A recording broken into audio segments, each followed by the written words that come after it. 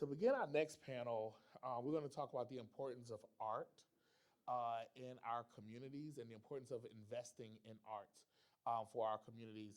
And we actually, this panel, this very distinguished panel, is made up of very different backgrounds, and hopefully we'll be able to explore each one of them and the work that they do around arts, and then how as legislators you can, use your power and your position to impact the arts to help them impact our communities. And so we have with us Representative Camille Lilly from Illinois.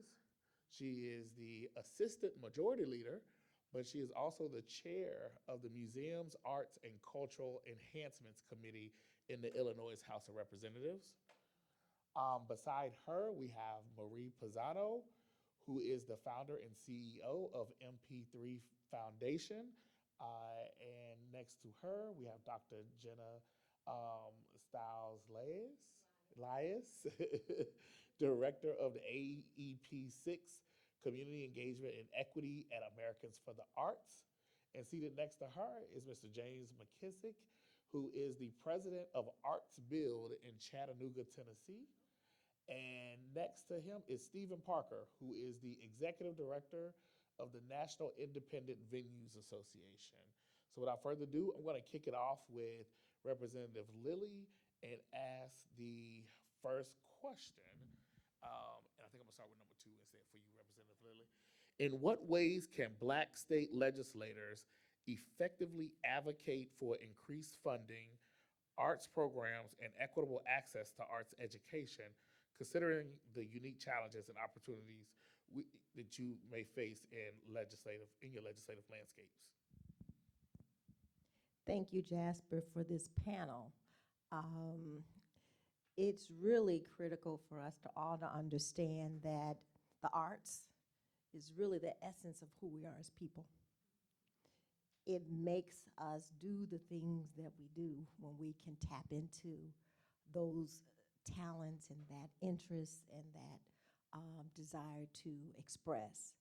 And because of that, we in Illinois agreed that we wanted to create awareness for our legislative body around arts. And so, hence, the Arts Museum Cultural Enhancement Committee, which is the only committee of its nature in the entire country. And our goal is to educate legislators, new, old, and young, and rich,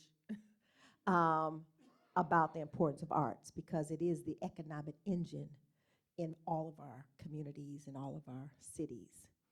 When you're not working, what are you doing? You're partaking in entertainments like the museums. And when you go to a play, you're going to also have dinner. You're going to make sure you're visiting the movie theaters. All of those pieces are so important because we're not going to work 24/24. And so in order to make sure folks, meaning your constituents, your families, have access to that, we have to create it. And we have to make sure our young minds and our young hearts have access to it. So when you answer the question about what are we doing in our school settings, we're restoring the arts within our schools. I don't know if any of the schools throughout the country were removing arts from their school systems. Well, what we're doing is bringing it back to the curriculum within our educational system, beginning at K through 12. So the committee, we stay on top of all of that and make sure that we're talking about it, making sure the legislators understand the importance of it, because they think it's fluff, and it's not. It's actually the essence of who we are as people. That's great. Yes, and so for Marie, in your work, you do a lot of preservation of history and sharing history of different cultures through your work. Why is the preservation and celebration of cultural heritage through the arts crucial, and how can legislators collaborate with communities and artists to ensure the continued representation and recognition of diverse cultural backgrounds? Okay, that's a mouthful. Well, first I want to say, harnessing what we have with culture, education.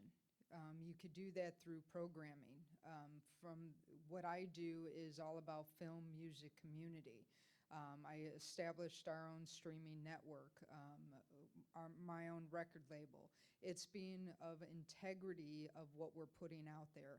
I have a very big interest in Black history. I grew up in the south side of Chicago in an all-Black neighborhood, and I understand the culture as well as coming from a background of military family. When I came to Memphis, Tennessee, there was a story that touched my soul, which is called Shannon Street under the Blood Red Moon. It's on Amazon right now. It was about in 1983, two white officers showed up at Lindbergh Sanders' home, and at the end of the day, one white officer beaten to death and 7 Black suspects dead. It left the community in shambles, and even to this day, we have a Shannon Street across the country. But what we can do with films is I could give everybody a voice. We learned the story, good, bad, ugly, and how with using a film like that is how do we keep police and community safe and give back to NAMI, which is the National Alliance of Mental Illness, and the National Law Enforcement in Washington. So, to answer, how the importance of, through film and music, it could touch you. It could, it educates these kids. It's what we all gravitate to. So if we could be more responsible in media, put things out there to educate with awareness and cultivate everything that we can do with the arts can give back. All my films give back to, some kind of avenue. And we also started the MVP3 Foundation, which is all about film, music, community. Youth programs, teaching kids what we can do with film, giving them their own channel, their own avenue, get them off the streets to do something creative. Creative creates genius. So it's all about the mind right now. And I think, with changing the programming and that we need funding, for this. And what I've discovered when I'm asking for grants and things like that, the arts is passed up. And it's mostly, too, because some of the people, and I'm just going to be honest, some of the ones that took the money didn't properly do it. Like a lot of filmmakers don't understand distribution. So if we're going to create a business, like what I say, the difference between Memphis and Nashville is, or even LA, Nashville is a music business. They all are competitive, but they found a way to work together to create a music business. Hollywood did the same thing with films, but now they're basically blowing themselves up right now. But we can take that opportunity and come together. What I always say is, you got sticks, I got a match, together we can make a fire. Let's figure a way to do that. So with the MVP3 Foundation, all of you, here can help with, funding or whatever, but it's also educating filmmakers, legislators and all that, how you manage that money and how you get the ROI out of, those grants, through distribution, doing, taking a movie, putting it in theaters. It's educating legislators how this business works. Okay?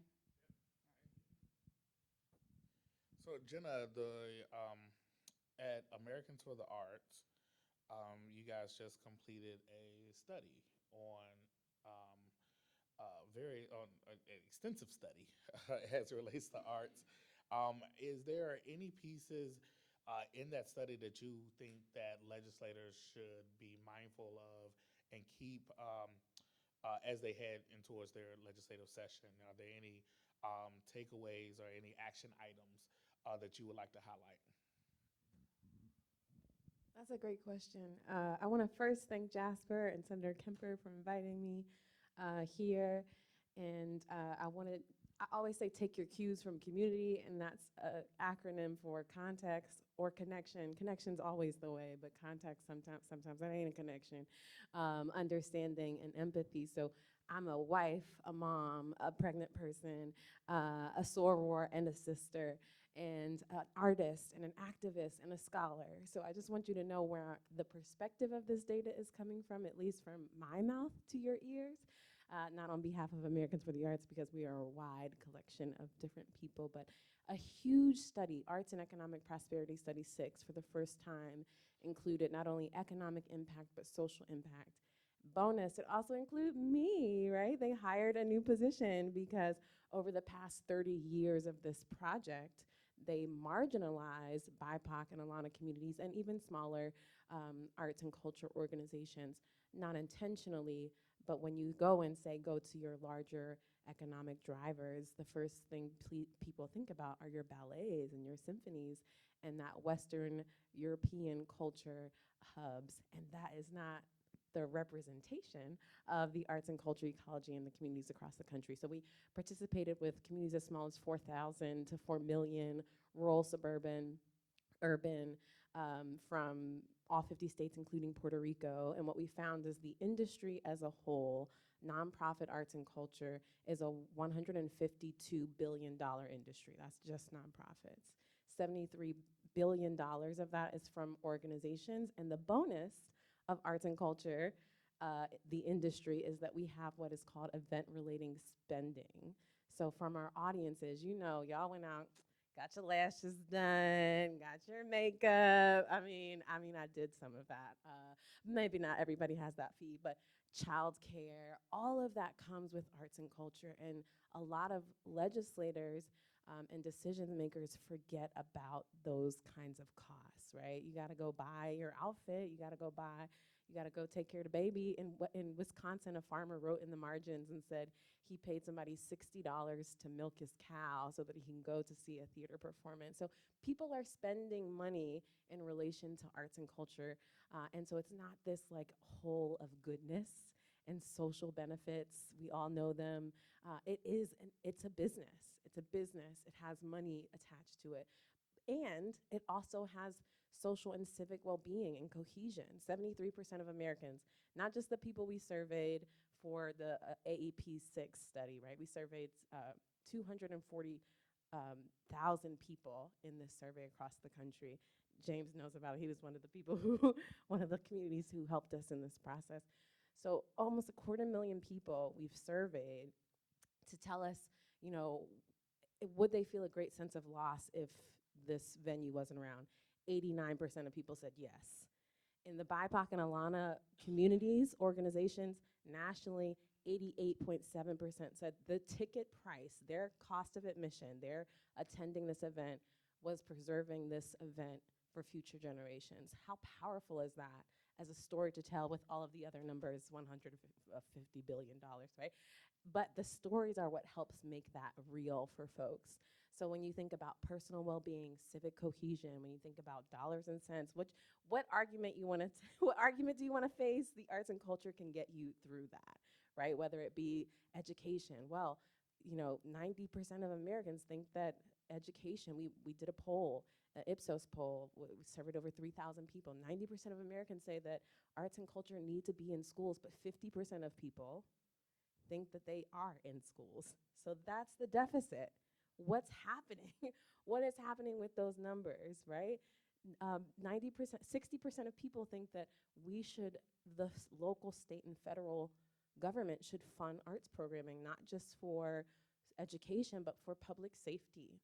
I know a lot of people in red states will get me on public safety, education, well-being, so many different abilities that arts help kind of promote and assist in telling stories and assist in the benefit of.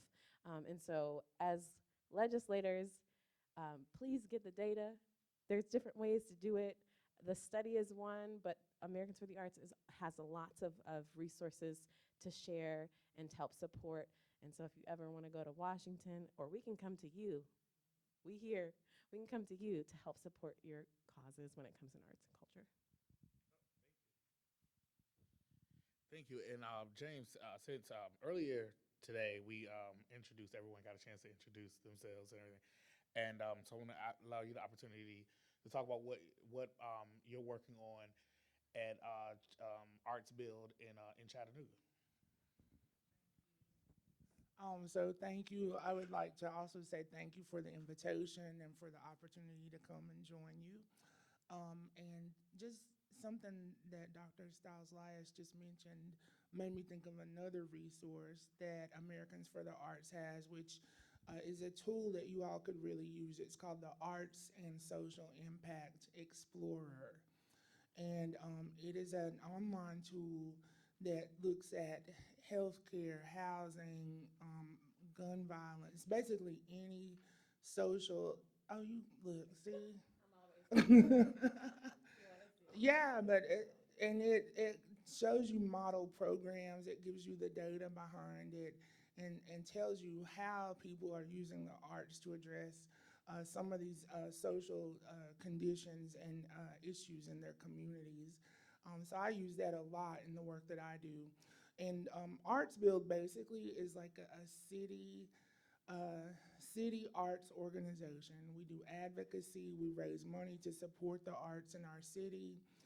We support organizations and artists as well, and do a lot of advocacy with elected officials about supporting the arts financially, not just with words, but with money, you know. We're always good about supporting the arts with words. We love the arts, but when it comes time to pay for the arts, to invest in artists, to pay them, sometimes we forget to do that, or we're not as diligent about it. So projects that I work on, I just finished the survey for our city and our county that she was just mentioning, which showed that just in our county, Chattanooga has a population of about 180,000 people. Our county has maybe 300,000.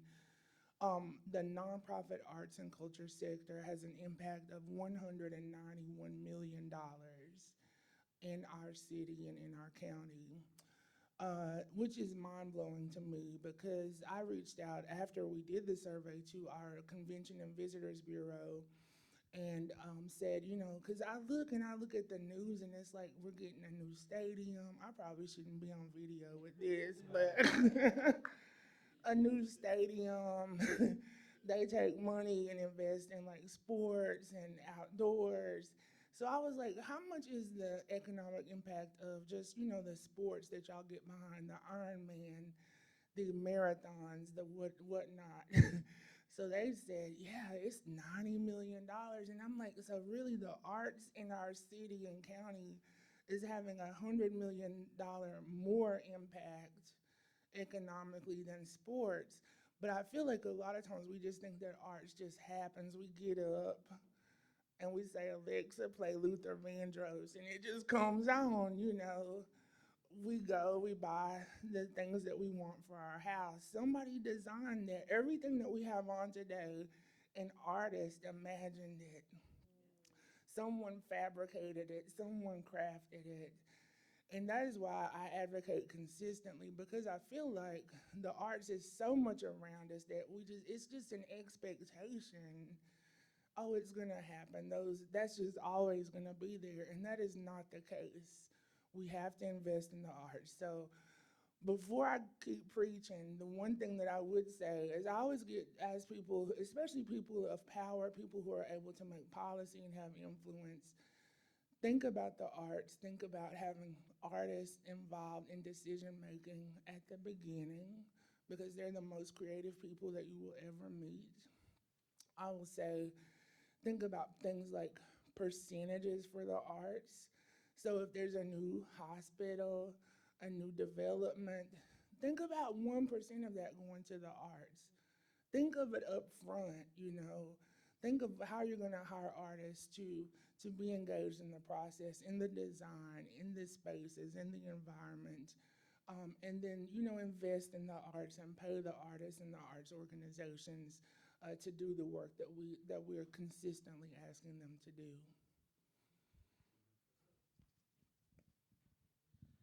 All right, and Stephen, as the head of the National Independent Venues Association, what do you see coming up that legislators should be concerned about in the upcoming legislative session? Thank you, and thanks to Jasper and all of you for allowing us to be here. This is a big deal for us, and here's why. We're a 3.5-year-old organization. We were founded entirely of volunteers in March of 2020 when every single public performance space in the country shut down. Many of those venues are nonprofits. Most of them are small businesses. And they realized pretty quickly that because most of them operate month to month, they were not going to be able to pay their rent. They were not going to be able to keep their spaces. They were not going to be able to reopen those doors so that young artists and established artists have a stage to perform on. They ultimately, as volunteers, about 4,000 venues, lobbied Congress for assistance. In December of 2020, 9 months after they were founded, Congress created the Shuttered Venue Operators Grant Program.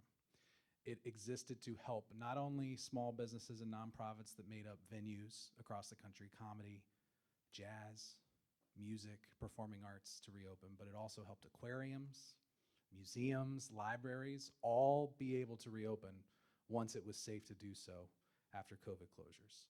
That was $16.25 billion. It was the largest arts investment in US history. We still exist as an organization. We're now a membership organization. Our name is venues, but we are promoters. We are festivals like New Orleans Jazz Fest and Newport Folk. We're venues like the 930 Club in the Troubadour and First Avenue. We are performing arts centers like the University of Iowa's Hancher Auditorium, like Strathmore Hall outside of Washington, D.C., and so many others. We have more than 1,500 members that are fighting every day, and every single state now has a chapter of our organization except for North Dakota. So if you're from North Dakota, please help us out. Here's what's coming up, and here's kind of our recommendation for what we would love to see from state legislatures across the country. And I'll just quote Maxwell Frost. Maxwell Frost is a freshman member of Congress. He's the first Gen Z member of Congress. And I got to interview him at our conference this year, and he said something that resonated with all of us, which is the following. If you were sitting in a legislator's office and the only thing they give you is, "I'm such a huge fan," that's not enough, to your point. So here's 5 things that we want you to watch out for. 1, diversity is a huge problem. We see diverse people on stage. We see diverse people working at performing arts centers and venues, but we see very few people owning and operating them. The problem is capital. There is a program called the State Small Business Credit Initiative. Every single one of your states have it. $10 billion that states have 10 years to spend on capital for what is called SETI individuals, socially and economically disadvantaged. Of the $10 billion, only about $1 billion has been spent. You still have 8 years to spend $9 billion collectively, and it's meant for small business owners who have trouble accessing capital.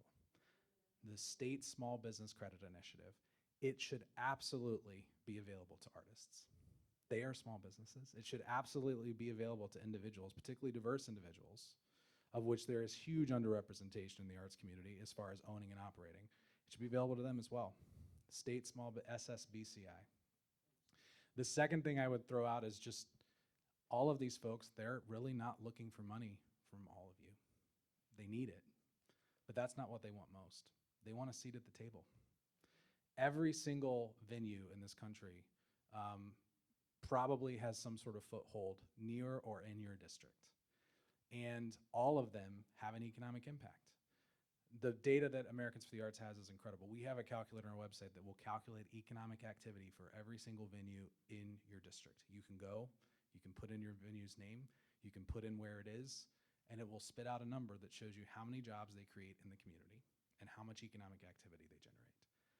They just want a few minutes of your time in your office, or they would love for you to come to their venue to show you around and have you meet their staff, please reach out to us. We will line that up. And then the last thing, and this is what's going to be complicated this year, is we believe, and NCSL, they have a conference next week, they have a whole session just focused on ticketing, event ticketing. We are expecting that in at least 26 states this year, there will be ticketing legislation that we anticipate will move, mostly because of an artist that used to be a country singer that has gotten a lot of attention this year. And but it's so much bigger than her. Ticketing is a complex. Just because there's a ticketing bill doesn't mean that it's good. There are hundreds of lobbyists across the country right now who are pushing bills that would make it easier for predatory resellers to buy up tickets at face value and sell them back to communities at a ridiculous price and cause them to have less money in their pockets to buy a meal at a restaurant, to go and admit themselves to a museum to see an incredible art exhibit. The problem of secondary resale and the fact that it's becoming unlimited when it used to be illegal is significant.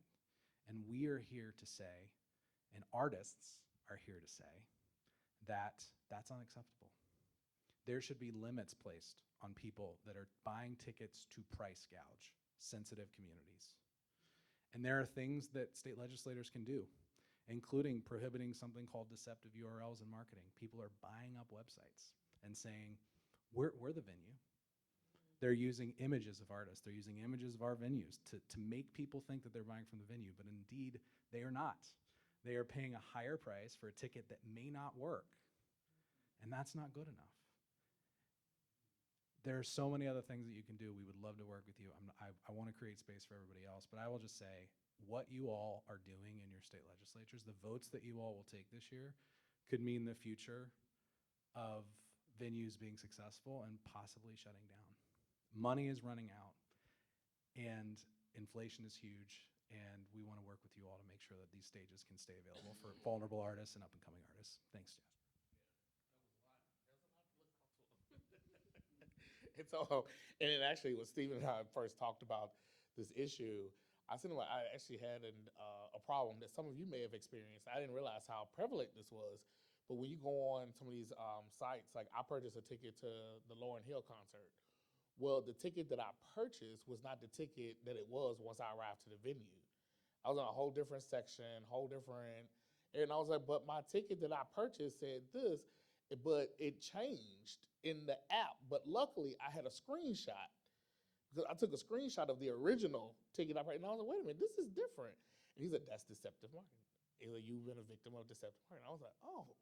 And, and then at the Kirk Franklin, so then I was doing, someone asked me last week, are you going to the Kirk Franklin concert? And I was like, no. And they was like, yeah, I'm going to go to the 12 o'clock concert on Tuesday. I said, 12 o'clock on Tuesday? Who have a concert at 12 o'clock on a Tuesday? And I understand it's the holidays and all, but Christian folk don't go to work on Tuesdays? Like, what's going on? Someone had created an event in StubHub and was selling tickets to a 12 o'clock show that didn't exist. And I know someone who actually purchased the ticket, because I said, send me your screenshot, send me your ticket, and then by the time she sent the ticket, it changed to 7 o'clock. The actual time of the show, and her seat had changed also. So she didn't even have the original seat that she had purchased. And she was thinking she was going at 12 o'clock, and it ended up changing the ticket within the system. But luckily, he was like, take screenshots. I was like, you wouldn't know. And I sent him this, and I was like, hey, is this an example? Is this an example?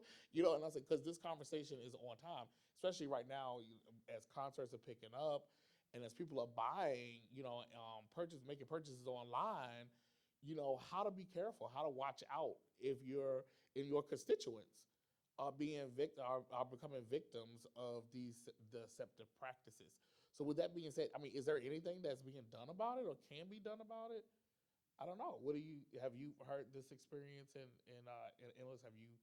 Have y'all taken it up in the legislature? There's a lot of crimes we deal with. Yeah, that's just, so it's a matter of understanding importance and how it affects your constituents? Because you get these calls all the time. Can you help me with this? Do you know this is happening? And that's where legislation ideals come from, because of the experiences of the constituents or the people. So yes, we've had the conversations from anger. Many of the citizens are really angered that they have been victimized. And unfortunately, America, because of the capitalism concept, people are victims. And we have the job as legislators to change that. One of the things when it comes to the arts, again, we created in Illinois what we title cultural districts. And you can designate that yourself in your communities. And that's where I'm glad to hear about the fund, the initiative fund that you spoke to. That's a way of investing in that, because the arts need investment, particularly capital.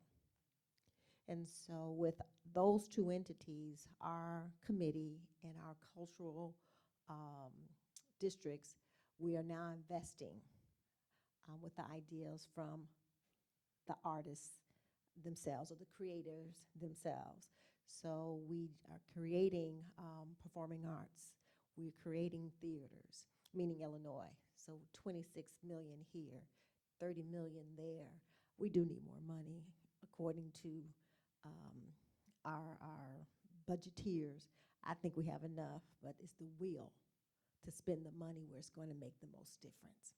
So I think talking about those opportunities allow us to have that will. And lastly, I'd just like to interject that if we do not understand that we do not work 24 hours, and many of you all spend a lot of time on your phones and on your laptop and all, we are damaging our essence as people. Why were we really brought here? And I'm telling you, it was not to work. It's to fellowship and engage in things that find us likable and loving. And the arts creates that opportunity. And the fact that we have removed it from our academics, which allows us to whittle away the infrastructure of those opportunities, we are harming our society.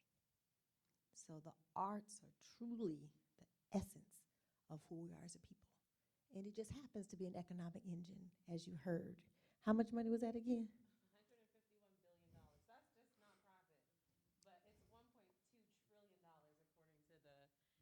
$1.2 trillion according to the BEA data that says the sector as a whole, so that's nonprofit, for-profit, and education, that's the economic impact of the sector as a whole. And just since I got the mic, I'll say one more thing, because we were in, you know how people be like, oh, but they don't spend, right? You know, in these communities, we gotta, I said the same thing. So we did the data. We finally have data for the first time in 30 years to have data to say, well, actually, on a national scale, the people who attend BIPOC and Alana events spend pretty much the same as the people who attend non-BI or all other events, right? And so, and I don't even want to get into that disposable income conversation, because some people were making some choices. I mean, I know I did, between daycare and Beyonce tickets. I chose daycare.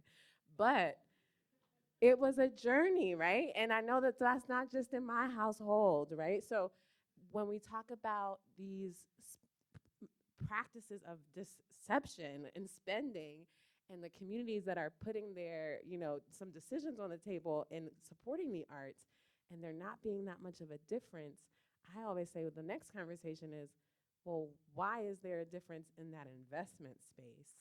Because we had a survey, survey in 2019, just before the pandemic, and we found that some of the grant-making organizations across the country, whether it be state, local municipality, or local arts agencies, they were giving 73% of the grant funding to the 16% of the largest organizations. And then we went and did the COVID survey, obviously around COVID, and we asked our BIPOC Black artists, creatives, how are y'all coming back? Y'all good? We asked everybody else, y'all good? And it was like 55% to 38 or 33% of people saying they're ready. And of course, 33 were the people of color. They weren't ready. They weren't coming back because they weren't funded, right? So again, I just wanted to because we were talking about that dollars and cents, and I just had to add a little bit of that to that. Thank you. Yes, please. Oh, those, yeah.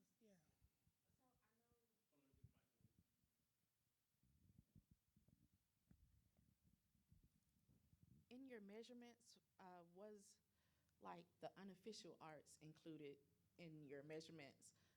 Because I'm a part of a Chicago style stepping community, and in like urban ballroom stepping and other ways of dance. I think it's the bop in some places, and like was that included in your formula too? Because when I tell you, when we say, um, what they say, step or sharp, you have to come with it with your outfits, and and we, you have a step or ball, yeah, okay, so yes, so like, and we actually travel to go places as groups, and it's a dance learning community, but it suffered greatly during COVID. Like we stopped dancing for a whole almost 2 years, and it's still struggling to come back. But that was my question. The unofficial arts, like the little majorettes that you see in our community, that's not actually organized by a 501c3, just a bunch of parents. Yeah, yeah. Okay. So I think I'll answer your question in that. So I'm a leader of an arts organization that did the survey for our municipality. I'm Black, so yes, we were able to say, go to this, go to that. Did you get them? Did you collect surveys there? So I will say a lot of it depends on the leadership and what they perceive to be arts, and what they are passionate about making sure is collected in the numbers. Um, a Black leader of a mainstream arts organization is very rare, though, because I'm the first one at my organization, and it has a 55-year history. Don't clap, that's a mess. Yeah, no, that's nothing to be. Well, thank you. I'm happy for me, but that's atrocious. Chattanooga, Tennessee. Come on now. But what I was gonna add though is, y'all made me forget what I was gonna say now. But um, the yeah, so the BIPOC numbers. One thing about our state, and you'll find this interesting. We were on a Zoom call. Everybody was looking at the numbers. I'm happy with our numbers. We did great in Chattanooga. Some people were upset. Some, they were like, we didn't get enough BIPOC numbers. And I mean, hey, whatever, it's Tennessee. So, but what they did find out is that at BIPOC events, our BIPOC events, people spend more money than when they go to mainstream events. And I was like, that's across the state. So we're even driving the arts and the arts infrastructure in that way. The last thing I will say though, and you brought this up about shuttered venues, the arts is getting ready to go into a phase where it's going to be really hard for us right now. We got funding related to the pandemic, to COVID, that really helped us to maintain for the past few years. If you can do anything to help bolster, support, and increase funding to the arts, please do. Our audiences are not fully back, and I think we've been able to document that there are certain people, like senior citizens, they're still not comfortable coming to things. They're not going to come out to big shows and concerts and whatnot. So our audiences, we're still trying to get them back, which is affecting people's bottom lines. So we need you all to support the arts organizations, the artists, the individual artists in your cities, and do whatever you can to make sure that remains a priority.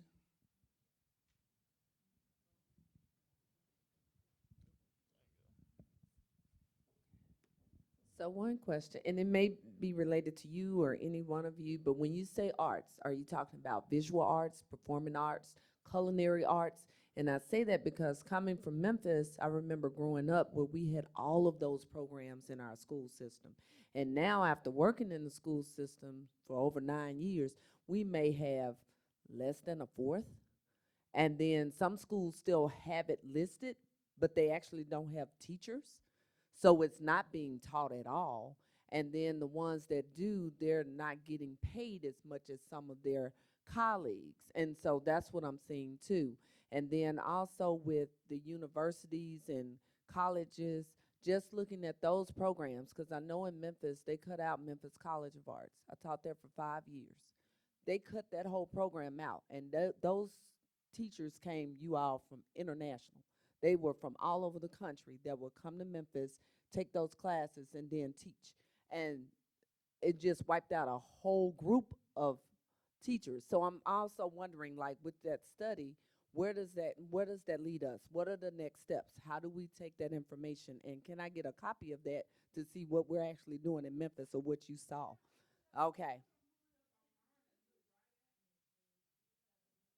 Thank you.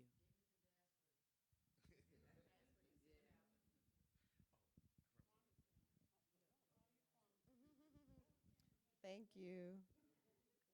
I'm loving this conversation. I actually have a background in fine arts. I don't do none of that no more. But so here's the question. So for the legislator on the panel, what are some things that you've done that maybe we can consider doing in our states to help support some of what we heard on the panel?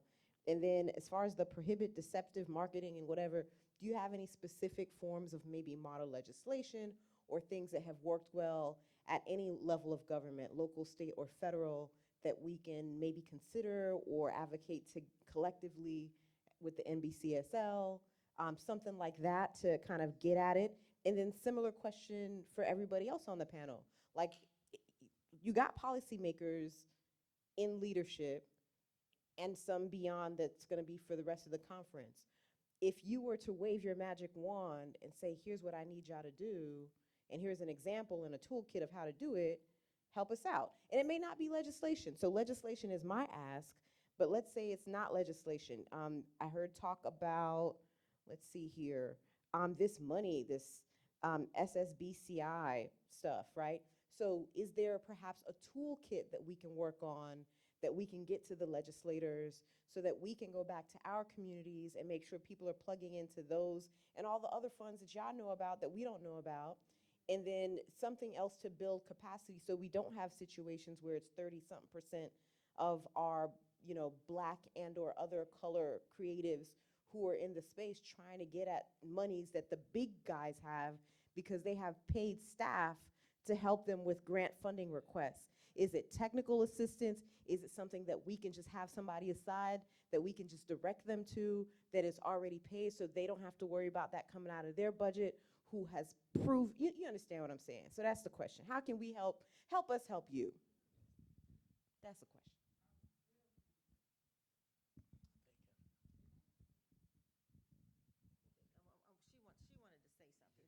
She wanted to say something, then I'll answer the question. Or did you want to answer? No, hey.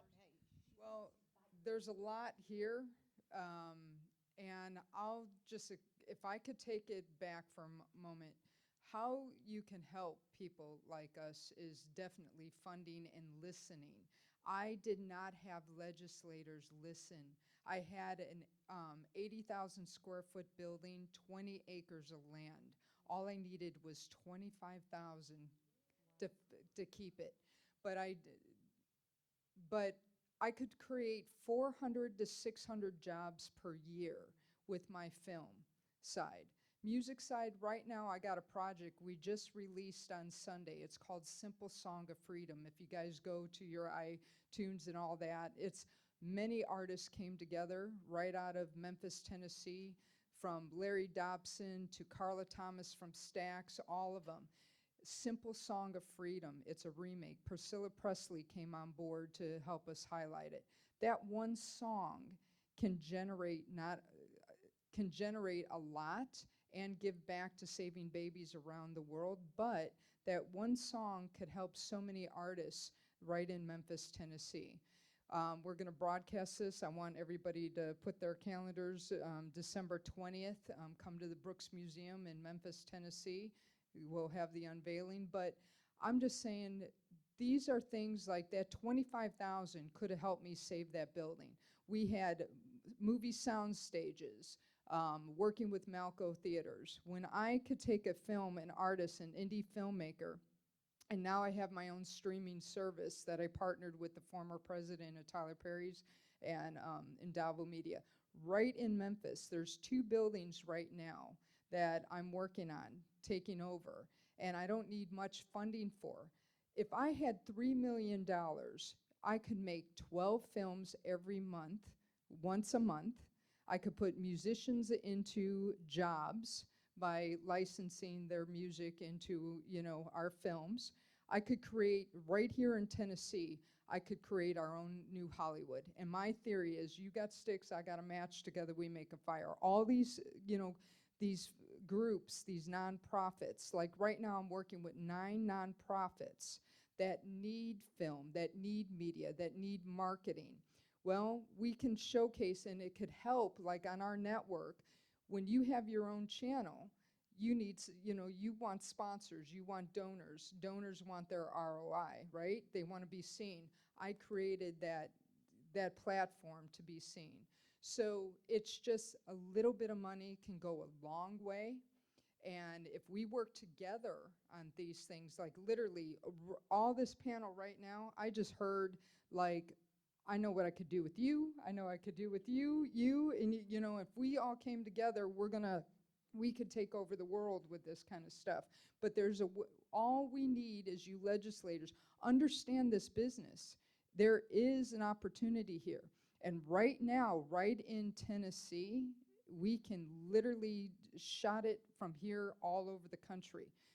Again, what I'm doing, you got content, you got, I'm working with other colleges, not only the University of Memphis, putting television and TV youth programs together, teaching these kids the integrity of media. We got to get these kids off the street. We got to do something creative with them. Give them this avenue. But if we work together with just a little bit of money, sometimes can stretch a long way. I come from the financial industry as well. And I think what Memphis is missing mostly, first of all, I don't have the support. We got the powers of be, but let me just be honest. They are stuck in their own way. They're blocked in their own way. I was told 20 years ago, Marie, who the heck are you? We've been doing this for 20 years. It's now 40 years, technically. Where have we gone? We're whining about tax incentives. Where's the business? If you don't work with us business people, how are you going to ask a governor to raise funding or tax dollars to give you the incentives for films or music, right? You create that business. Listen to us in business that are creating the jobs, that are taking this music, taking the film to give you that ROI, that is going to hire caterers, that is going to put money back into the city in so many ways. And, it's listening, showing you my business plan, and then listening. What I hear you saying is you need capital.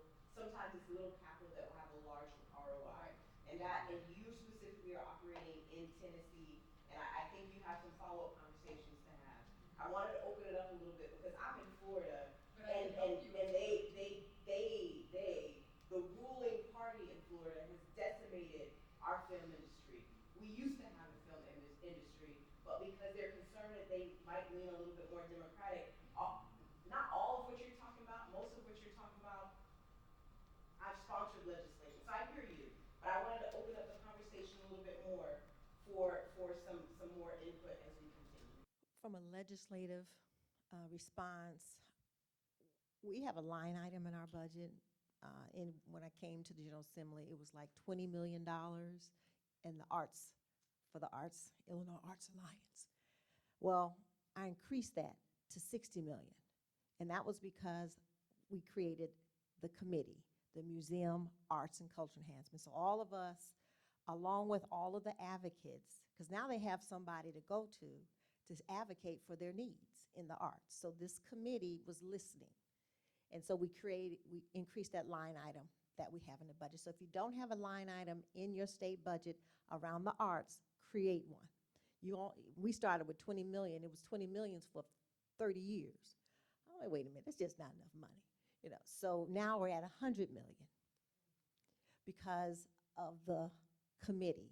The committee museum, which focused on the history of our community, of our society. The arts was all of the arts that you're speaking of, from culinary to collage, all of those. And then the culture that brings about all the different diversities, that brings about who we are living in the same space. So that's why we titled it that, because it all surfaces around who we are as people. So create that line item. If you have one, grow it. I'm a $10 million, I grow everything by 10 million. And if you have a committee, you create that committee when we met in the communities. Think outside the box. Well, Camille, you cannot meet as a committee, an official committee, outside of the Capitol. Watch me. We had committee meetings in communities that were talking about the arts and what they're doing. And we had a full body of legislators listening. And that's how we're able to grow that line. We even brought a local performance of The Lion King, and they performed on the House floor of our House of Representatives. They're like, Camille, what you doing? Watch me. Thinking differently how to introduce this, what I call necessity. So just be creative and stop no offense, bottom line is not going to help everybody. Okay? I understand I went to Northwestern, got my MBA, I can tell you all about it. But if you, from your heart, understand why it's important as far as the arts are concerned, you're going to touch and change people's lives. That violence piece that she was speaking, you make better decisions when you know who you are and what you want to do and where you want to do it and when you want to do it. But we remove that because of bottom line syndrome is what I call it. Messing up our world, actually. But you have an opportunity as legislation to think a little differently. Just as an example, and it could be this way in other states too, but Tennessee uses the specialty license plate money to fund our state arts commission. So that's another thing that you could look into doing. And of course, it's always up and down and under threat. Other groups want it, but we have some really great advocates at the state level in our arts caucus who keep pushing for it and use that as a way to help fund the arts across our state. I was just told it's time for the next panel. Can we give ourselves a round of applause?